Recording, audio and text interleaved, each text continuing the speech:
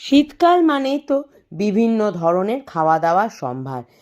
তার মধ্যে পেটটাকেও তো একটু শান্তি দিতে হবে না? তাই আজ আমি যেভাবে রান্না করেছিলাম মাছের ঝোলটা, সেটাই আপনাদের সাথে শেয়ার করলাম।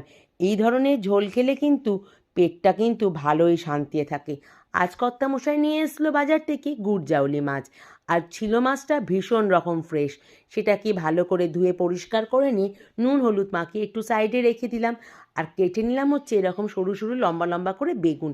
একটু আলু দিলে হতো, কিন্তু আমি দিইনি, কারণ আমরা আজকাল একটু আলুটা কম খাচ্ছি। আপনারা চাইলে দিতে পারেন। তারপরে টমেটো আর কাঁচা লঙ্কার একটা পেস্ট বানিয়ে নিয়ে কড়াইতে অল্প পরিমাণে সর্ষের তেল দিয়ে মাছগুলোকে হালকা করে, মানে খুব কড়াও না আবার খুব বেশি নরমও নয়, এপিট ওপিট করে ভেজে নিলাম। প্রথম দিকে তেলের ব্যবহারটা আমি একটু কমই রেখেছিলাম।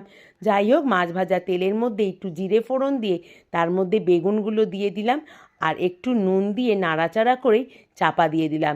এতে বেগুনগুলো একটু ভাজাও হয়ে যাবে আর নরমও হয়ে যাবে। কালো জিরে ফোড়ন দিলে হতো, আপনারা চাইলে দিতে পারেন।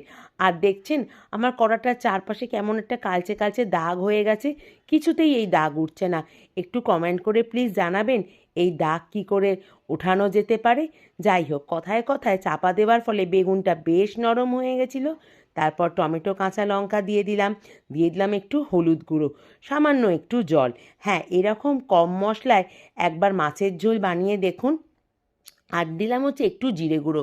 জলটা দেওয়ার কারণ হচ্ছে বেগুনগুলো সিদ্ধও হয়ে যাবে আর মশলাটাও পুড়ে উঠবে না। আর যেহেতু আমি এখানে কোনো লঙ্কা গুঁড়োর ব্যবহার করছি না, তাই জন্য কাঁচা লঙ্কার ব্যবহারটাই একটু বেশি পরিমাণে করেছিলাম। একটু নাড়াচাড়া করে নিয়ে জলটা শুকিয়ে যেতেই বেগুনগুলোও দেখলাম সিদ্ধ হয়ে গেছে।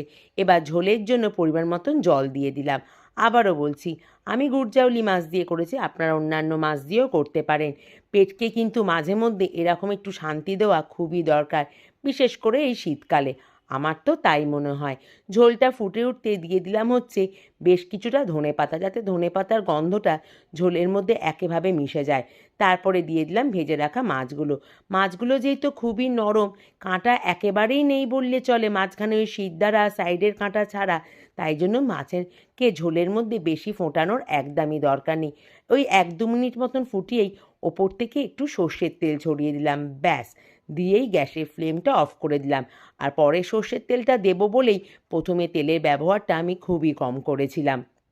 রেডি হয়ে গেল এরকম দারুণ সুস্বাদু একেবারে কম মশলায় মাছের ঝোল। এরকম শীতকালে আর এরকম পাতলা মাছের ঝোল দিয়ে একবার ভাতটা খেয়ে দেখুন, ভীষণ তৃপ্তি পাবেন।